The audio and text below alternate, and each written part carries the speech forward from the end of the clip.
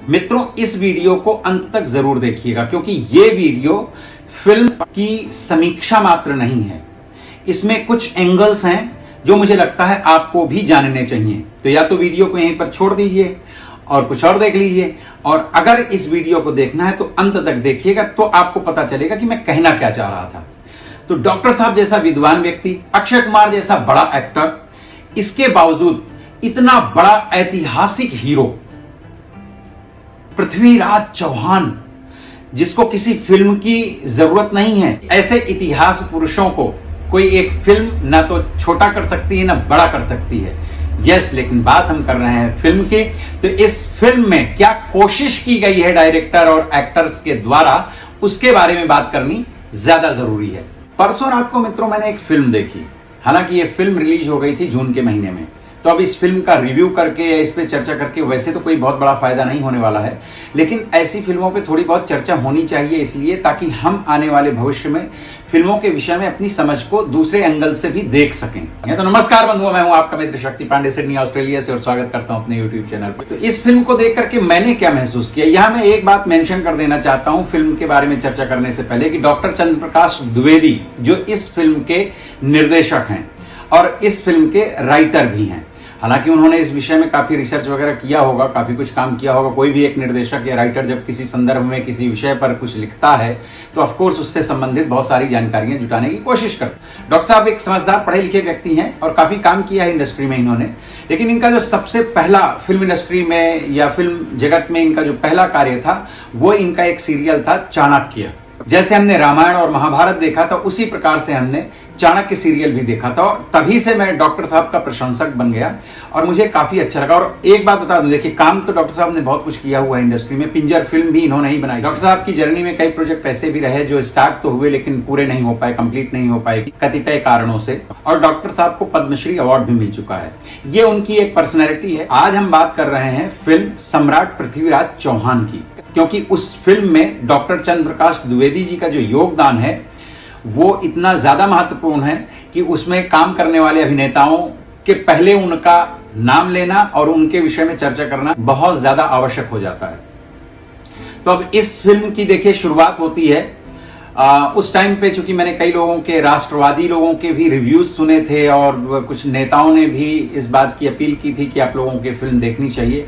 संयोग ऐसा हुआ, ऐसा कुछ था नहीं मन में कि देखना है कि नहीं देखना है, लेकिन अब चूंकि हम लोगों के पास में उतना ज्यादा समय नहीं होता है तो बहुत बार अच्छी फिल्में भी हम नहीं जाकर के थिएटर में देख पाते हैं। लेकिन इस फिल्म को अभी परसों मैंने रात में देखा, तो उसके बाद देखने के बाद मैं बड़ा उद्विग्न हुआ, क्योंकि डॉक्टर साहब को मैं जितना जानता हूं उनके काम के माध्यम से या व्यक्तिगत तौर पे भी, तो मुझे ये फिल्म देखने के बाद में क्या महसूस हुआ, मुझे लगा ये चीजें आपको भी पता होनी चाहिए कि एक व्यक्ति, देखिए, जिसने अपने करियर की फिल्म इंडस्ट्री में शुरुआत की चाणक्य जैसे सीरियल से, आप उस पूरे सीरियल को एक बार फिर से देखिएगा।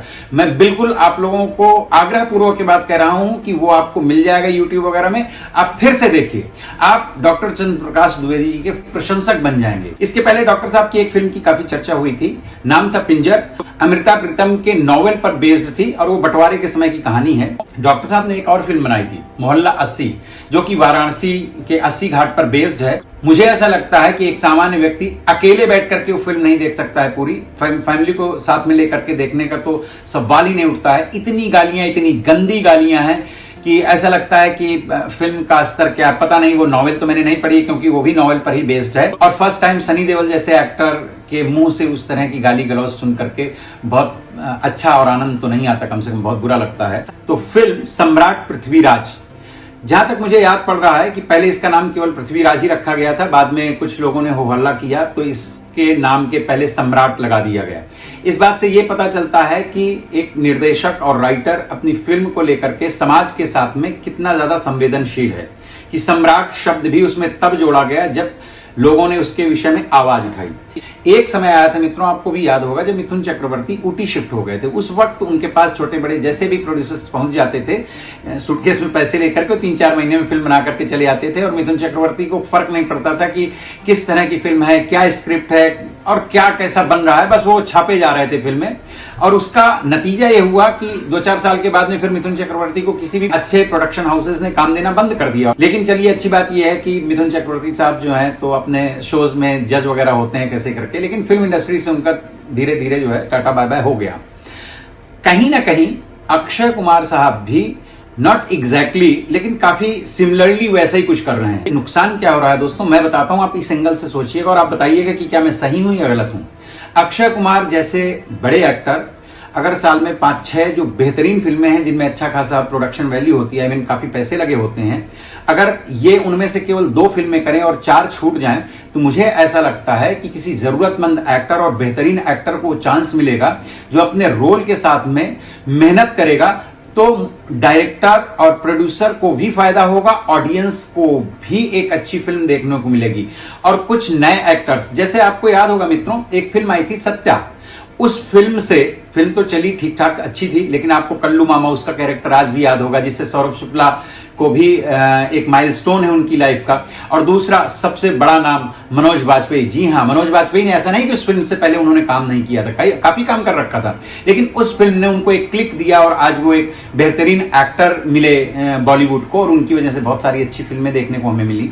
तो इसी तरह से अगर अक्षय कुमार जैसे एक्टर्स बड़ी बड़ी फिल्मों के लिए उपलब्ध ना हो, मतलब साल में 4-6 फिल्मों के लिए, तो कुछ अच्छे एक्टर बॉलीवुड में शायद इंट्रोड्यूस हो सकते हैं। लेकिन होता क्या है, सिंपली एक डायरेक्टर, एक प्रोड्यूसर को अक्षय कुमार जैसे बड़े एक्टर मिल जाते हैं, तो उनको लगता है भाई हमारी फिल्म हिट हो जाएगी। और राम सेतु में सत्यदेव जो साउथ इंडियन तेलुगु एक्टर हैं, उन्होंने जो एपी का कैरेक्टर किया, छोटा सा रोल है उनका, लेकिन उस पूरी फिल्म में वो रोल याद रह जाता है। इस तरह से अगर आप दीवार बन के ना खड़े हो जाएं बॉलीवुड में कि भाई कुछ प्रोडक्शन हाउसेस हैं जहां पे बेहतरीन सब्जेक्ट्स के साथ में कुछ डायरेक्टर्स आ रहे हैं, अगर आप उनके लिए उपलब्ध ना हो तो शायद वो किसी दूसरे पर ट्राई करें और दूसरों का करियर भी बन सकता है। और ये जो फाइनेंसर है, हो सकता है फाइनेंसर्स के पास बहुत पैसा होता हो, उन्हें फर्क ना पड़ता हो फिल्मों के फ्लॉप होने या हिट होने से, लेकिन ऑडियंस जो पैसे खर्च करके आपको देखने जाती है, मैं मानता हूं चलिए इतने पैसे से किसी का कुछ नहीं बिगड़ जाता होगा, लेकिन डिसअपॉइंटिंग होती हैं वो फिल्में, तो थोड़ा तो दुख होता है एक चीज।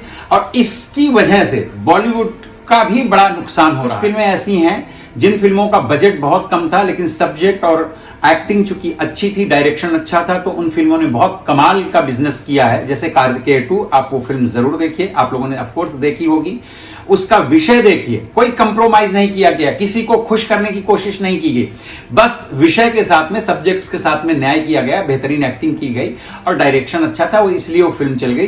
दूसरी कांतारा आप देखिए, जो कि कन्नड़ा मूवी है, और कितने कम बजट में कितनी बेहतरीन फिल्म बनी है, लेकिन उस फिल्म को बनाने में उस डायरेक्टर ने, एक्टर ने, उस राइटर ने, ऋषभ शेट्टी जी ने कितना बेहतरीन काम किया है, कितनी मेहनत की होगी। तो एक फिल्म निकल करके जब आती है ना, तो उसमें ऑफकोर्स जब आप ईमानदारी से मेहनत करते हैं तभी वो लोगों को खुश कर पाती है। अब पहले तो कास्टिंग ही देखिए, आशुतोष राणा जैसा एक्टर इस फिल्म में है, उसको जयचंद का रोल दिया गया है।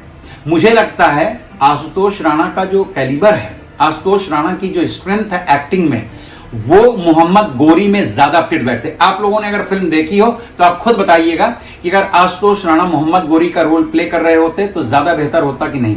बाकी लोगों की कास्टिंग के बारे में मैं और कुछ नहीं कहूंगा, लेकिन ये कास्ट जो है मुझे मिसमैच लगती। सेकेंडरी, अक्षय कुमार पृथ्वीराज चौहान के रोल में एकदम फिट नहीं लगे। या तो हो सकता है उनके अभिनय में वो जान नहीं थी, या जो भी कह लें, लेकिन मुझे उस कैरेक्टर के लिए वो फिट नहीं लगे हैं। और जब मैं डॉक्टर साहब कह रहा हूं तो मैं इस फिल्म के डायरेक्टर और राइटर की बात कर रहा हूं, डॉक्टर चंद्रप्रकाश द्विवेदी जी की। अब आपसे मैं एक प्रश्न करता हूं, आप सबको साधने की कोशिश क्यों करते हैं? ये ऐतिहासिक फिल्म है, इसमें एक वर्ग को खुश करने की आवश्यकता क्या है? मैं बताऊं आपको ये बात क्यों कह रहा हूं। आपने इतनी भयानक ढंग से उर्दू इस्तेमाल की है, चाहे गाने हो चाहे संवाद हो।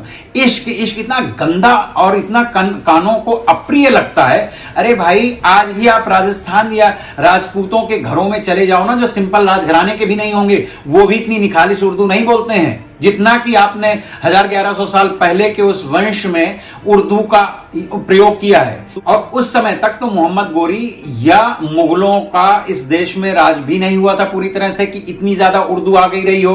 वो दौर वो था जब बहुत ज्यादा मात्रा में संस्कृत या अपनी क्षेत्रीय भाषाओं का बोलबाला था। आपने चंद्रवरदाई को तो पढ़ा ही होगा, आप उन्हीं से कुछ इंस्पायर्ड हुए होते। अरे भाई, लोगों को खुश करने की कोशिश छोड़ दीजिए। आप देखिए पिछले दिनों में जो फिल्में आई हैं, वो फिल्म जब अपने सब्जेक्ट के साथ, अपने विषय के साथ, अपने किरदारों के साथ में न्याय करती है तो ऑडियंस आपके साथ न्याय करती है। जब आप ये बैलेंस करने की कोशिश करेंगे ना, इस समय बदल चुका है डॉक्टर साहब। चलिए अब मैं आपको दूसरी बात बताता हूं।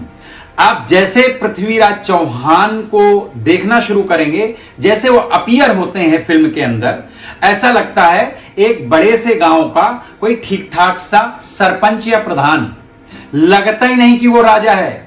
और आप मेरी बात को गलत ठहराने से पहले रुकिए डॉक्टर साहब, अगर मेरा वीडियो आप देख रहे हैं तो मैं आपको बता रहा हूं, आप ही के सीरियल से, ये तो आपने मूवी बनाई है जो लार्जर देन लाइफ होती है, आपने जो सीरियल बनाया उसी सीरियल की पहचान आज तक है आपकी, चाणक्य, जिसमें आपने खुद चाणक्य का रोल किया था। उसकी कई विशेषताओं में से दो एक विशेषताएं जो मुझे स्मरण है, एक ये कि आपकी हिंदी बड़ी क्लिष्ट थी उसमें। और चाणक्य में, अब मैं ये बात इसलिए कह रहा हूं कि पृथ्वीराज चौहान का जो टाइम पीरियड है वो तो 1000 ईस्वी के आसपास का है, और चाणक्य का टाइम पीरियड तो उससे हजारों साल पहले का है। उस सीरियल में जिन राजाओं महाराजाओं को आपने वैभवपूर्ण ढंग से दिखाया है भारतवर्ष में, उसका 10% पृथ्वीराज चौहान, जो कि उस समय पे भारतवर्ष के सबसे बड़े राजा पृथ्वीराज चौहान थे, उस राजा को आपने दिखाया कैसे? ऐसा लगता है गांव की चौपाल में बैठे हैं और उनके सामंत वगैरह जो उनके बड़े बड़े सोल्जर और मंत्री हैं, उन सबको ऐसा, अरे आपको हो क्या गया डॉक्टर साहब? आपने मोहम्मद गोरी का, और हाँ, आप पता नहीं आंखों में आप लोगों ने पट्टी बांध रखी है क्या? तमाम यूट्यूबर से बहुत रिसेंटली अभी ये चीज मैंने देखी है, जो अफगानिस्तान गए हुए हैं, उठा करके आप देख लीजिए, जो ट्रैवलिंग के व्लॉग्स करते हैं, ऐसे इंडियंस यूट्यूबर गए हुए हैं अफगानिस्तान, जो मोहम्मद गोरी का किला दिखा रहे हैं, मिट्टी का पूरा, अभी भी बना हुआ है, मतलब काफी ध्वस्त हो चुका है, खंडहर, पर पूरा मिट्टी का बना हुआ है।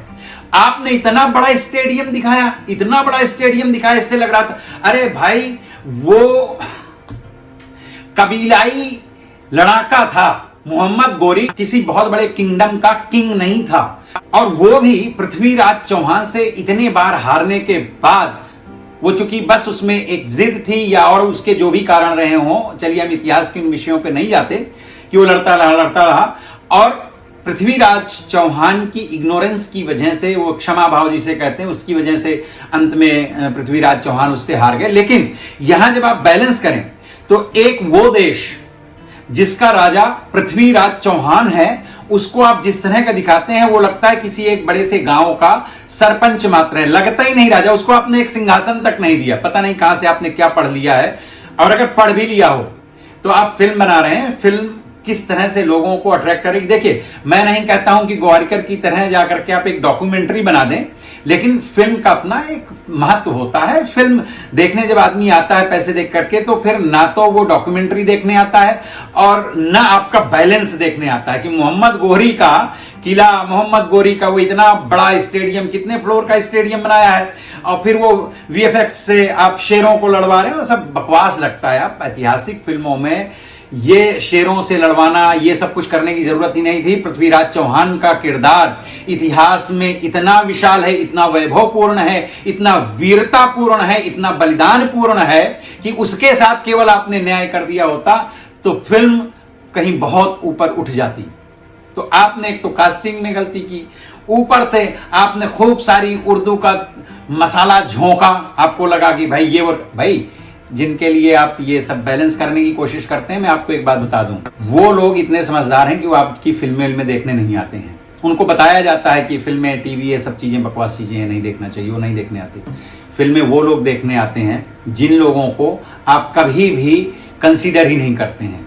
इसके लिए आपके साथ में ये हो जाता है। और ध्यान रखिए, आपने इतना सारा कुछ काम किया, चाहे पिंजर बनाई हो और चाहे उसके बाद काफी कुछ आपने जो भी किया है, लेकिन आज भी आपकी पहचान उसी सीरियल से है जिससे भागने की कोशिश आप पूरी उम्र, क्योंकि आपके दूसरे कामों को अगर देखा जाए तो ऐसा लगता है कि आप अपने चाणक्य सीरियल से ही कहीं दूर जाकर के अलग पहचान बनाना चाहते हैं, कुछ और पहचान बनाना चाहते हैं, क्योंकि आपने चाणक्य जैसे जॉनर को दोबारा कभी भी रिपीट नहीं किया अपने काम से।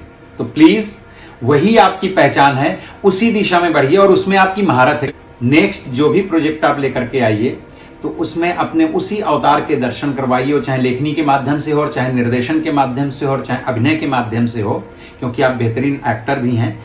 जो आपने चाणक्य में किया था, आपको लगेगा कि ये इररिलेवेंट है, पर आप देखिए जिन फिल्मों ने कम पैसे खर्च करके और बहुत बड़ा बिजनेस किया है, उनको आप एक बार जरूर देखिए कि क्या ऐसी खासियत है। उन्होंने देखिए किसी को खुश करने की कोशिश नहीं की है, वो अपने एक सब्जेक्ट के साथ चले, उस सब्जेक्ट के साथ न्याय किया। कास्टिंग में आप जरूर बहुत बड़े स्टार्स की, अब देखिए सोशल मीडिया का जमाना, अगर फिल्म अच्छी होगी आपको किसी के पास जाकर के, किसी पॉलिटिशियन और किसी राजनेता के पास जाकर के रिक्वेस्ट करने की जरूरत नहीं पड़ेगी। आपकी फिल्म को सोशल मीडिया ही इतना ज्यादा हाइप देगा कि लोग देखने जाएंगे। ओवरऑल फिल्म में मुझे जो आपने पृथ्वीराज चौहान के राजसी ठाठ बाट को दिखाया, वो सच्चाई से बहुत कम करके दिखाया, और मोहम्मद गोरी को जो कि कुछ नहीं था, उसको आपने बहुत महिमानमंडित करने की कोशिश की। वो सब कुछ इतिहास से बहुत इतर था, अलग था। और जब तक आप मोहल्ला 80 जैसी गालियों से भरी हुई फिल्म और सम्राट पृथ्वीराज चौहान जैसे सब्जेक्ट के साथ इस तरह की मिलावट करेंगे, तब तक जनता का आपको प्यार नहीं मिलेगा। जनता का प्यार सच्चाई के साथ में होता है। ये सोशल मीडिया का समय है, यहाँ किसी को बेवकूफ समझने की कोशिश नहीं करनी चाहिए, न किसी अभिनेता को और ना ही किसी डायरेक्टर को। संगीत मुझे नहीं पसंद आया, किसी को पसंद आया हो तो आप कमेंट करके बताइएगा। कास्टिंग मुझे एकदम पसंद नहीं आई। जिस तरह से आपने पृथ्वीराज चौहान को प्रस्तुत किया, ऐसा लगता है वो कबीले का सरदार है। और भाषाई स्तर पे देखिए जो संवाद है, वो जो काका और चंदवरदाई और बाकी सामंतों के बीच में आपने क्रिएट किए हैं, बहुत ही घटिया हैं, बहुत गंदे लगते हैं। सच बताऊं तो पीड़ा देते हैं। आपने सम्राट पृथ्वीराज चौहान को, सच बताएं तो अपनी राइटिंग और अपनी इस फिल्म के माध्यम से एक बार कत्ल कर दिया।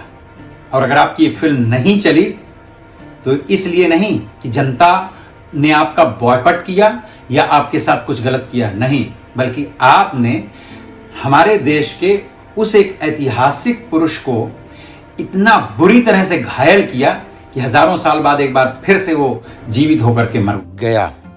मित्रों, इस वीडियो में अगर आपको मेरी कोई भी बात सही लगी हो तो कमेंट करके अपना समर्थन जरूर जताइएगा कि इस तरह के जो भी फिल्म निर्माता, निर्देशक, अभिनेता हैं, उनको ये पता चल सके, वो आप लोगों की आवाज भी उन तक पहुंच सके कि देश क्या चाहता है, देश की जनता क्या चाहती है। इनका पक्षपात और भेदभाव पूर्ण रवैया नहीं चाहिए। आई एम नॉट सेइंग कि आप चाणक्य को ही रिपीट कर दीजिए, उसकी कोई जरूरत नहीं। पिछले इतने 30 सालों में समय बदल चुका है, ऑडियंस बदल चुकी है ऑफ कोर्स, लेकिन स्वाद वही रखिए, सब्जेक्ट की जो सुगंध है वही रखिए। देखिए लोग आपको पसंद करेंगे, आपके काम को भी पसंद करेंगे। हमारे जैसे लोग जो आपकी प्रशंसा करते हैं, आपसे अभी भी उम्मीद रखते हैं। फिल्म का तो जो होना था सो हो ही चुका है, और फिल्म का तो जो होना था सब कुछ हो ही चुका है। यहाँ में दोस्तों फिल्म वीडियो बड़ा हो जाएगा, कोई बात नहीं। चलिए मैं आपको एक छोटी सी कहानी सुनाता हूँ, सुन लीजिएगा। एक बार एक पंडित जी थे जो अपने गांव से दूसरे गांव जा रहे थे, कोई कथा प्रवचन का उनका कार्यक्रम था। तो उस टाइम पर इतने साधन नहीं हुआ करते थे यातायात के लिए, तो लोग पैदल ही 10-10, 5-5 मील जाया करते थे। तो उनकी जो पत्नी थी पंडित जी की, उन्होंने कुछ पीड़े वीड़े ऐसे जो लड्डू जैसे होते हैं बना करके दिए थे।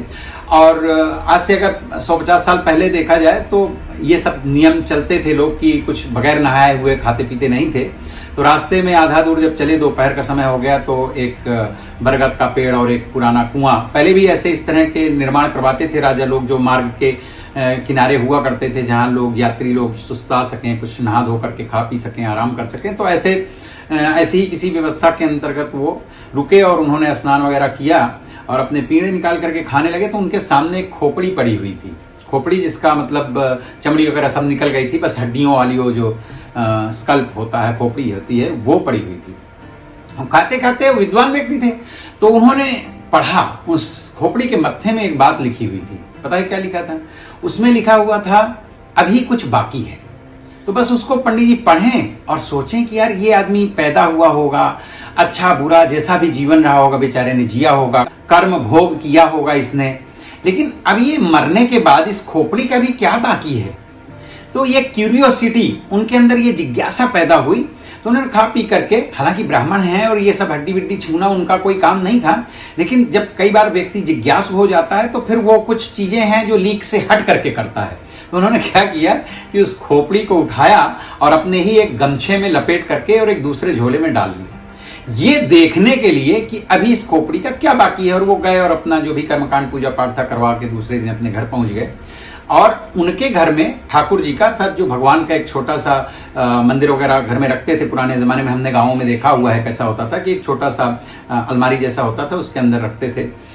और उस अलमारी के जहाँ पे ठाकुर जी अर्थात भगवान जी रहते थे, उसके बगल में ही एक छोटी सी और अलमारी थी, वो खाली पड़ी हुई थी।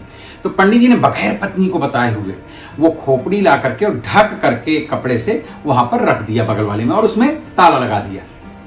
और रोज उठा करके ठाकुर जी को जो है स्नान करवाते, नैवेद्य लगाते और फिर उसी अलमारी में रख देते। उसके बाद ताले को खोल करके और उस अलमारी को चेक करते कपड़ा उठा करके कि इस खोपड़ी का जो बाकी था अभी इसमें हुआ कुछ कि नहीं हुआ।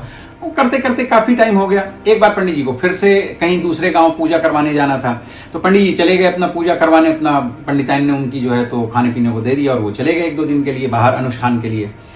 तो दूसरे दिन जब पंडिताइन ने पूजा पाठ किया, क्योंकि अगर ऐसा नियम है घरों में जहां भी भगवान रखते हैं घर में, तो लोग बगैर भगवान को स्नान कराए और भोग लगाए हुए भोजन वगैरह नहीं करते हैं।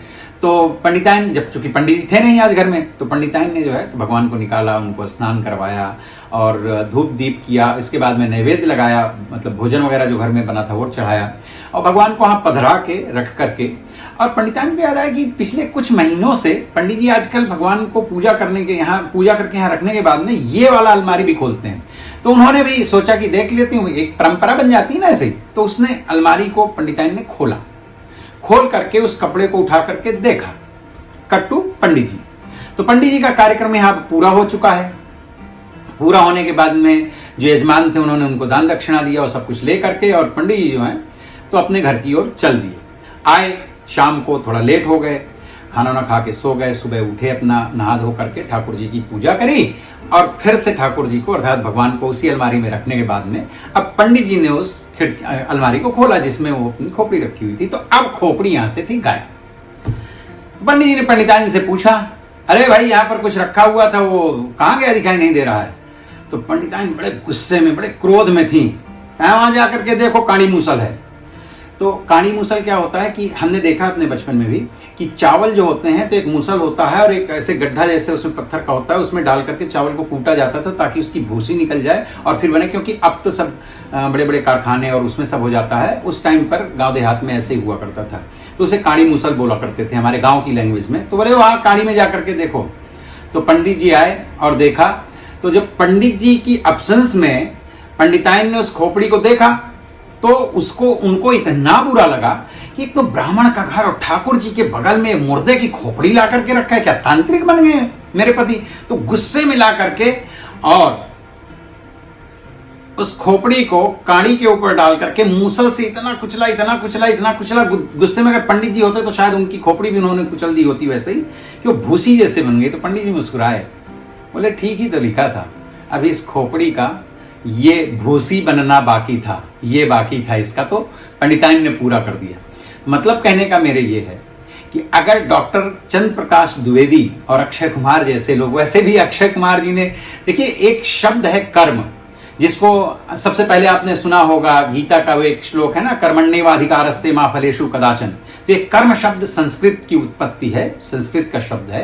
लेकिन अंग्रेजों के बीच में भी मैं यहाँ पर मिलता हूँ कई बार, जब बातचीत चर्चा होती है तो अंग्रेज भी इस कर्म शब्द को कर्मा शब्द से जानते हैं। तो ये पूरी दुनिया में आज की तारीख में कर्म शब्द को इसके इसी मीनिंग के साथ, इसी अर्थ के साथ में लगभग सभी भाषाओं के लोग जानते हैं, क्योंकि इसको ग्रहण कर लिया है पूरी दुनिया ने। तो इसको कहते हैं वो लोग कर्म फल। तो ये जो कर्म फल है ना, अक्षय कुमार जी ने वैसे भी 5-10 साल पहले जब पूरा सब कुछ बड़ा अजीब सा माहौल था बॉलीवुड का, तो इन्होंने बड़े विश्वमन किए हैं, मतलब एक पर्टिकुलर धर्म के बारे में कि क्या हनुमान तेल मांगते हैं, ये इतने गंदे गंदे वीडियोस हैं, कभी कभी देखे हैं मैंने भी। तो मुझे लेकिन लगता था कि चलो कोई बात नहीं, एक समय ऐसा होता है, आपके आसपास का माहौल ऐसा होता है कि शायद वो चीजें मजबूर कर देती हैं आपको ऐसा कुछ कहने सुनने के लिए। लेकिन अभी भी समय है, कर्मफल जो भी चल रहा हो, इंडस्ट्री में जो लोग भी फिल्म मेकर्स हैं, हम भी चाहते हैं कि हमारी हिंदी फिल्म इंडस्ट्री में भी अच्छी फिल्में बने, अच्छे विषय पर फिल्में बने, बायस ना हो, पक्षपातपूर्ण ढंग से न बने, विषय के साथ न्याय हो, अभिनय अच्छे ढंग से हो और अच्छे निर्देशक हों। इसी उम्मीद के साथ में मित्रों, आप लोगों से अपेक्षा करता हूं कि आप इस वीडियो को लाइक जरूर करेंगे और अगर अभी तक भी आपने मेरे चैनल को सब्सक्राइब नहीं किया तो सब्सक्राइब कर लीजिए। वीडियो थोड़ा बड़ा हो गया, उसके लिए क्षमा चाहता हूं और मिलता हूं फिर किसी दूसरे वीडियो में। हाँ, इस वीडियो को हो सके तो आप शेयर करके इस तरह के विचार लोगों तक पहुंचाइए ताकि लोग जागरूक हो सकें। तो आप शेयर जरूर कीजिए अपने सोशल मीडिया में और मिलते हैं फिर किसी दूसरे वीडियो में। तब तक के लिए नमस्कार।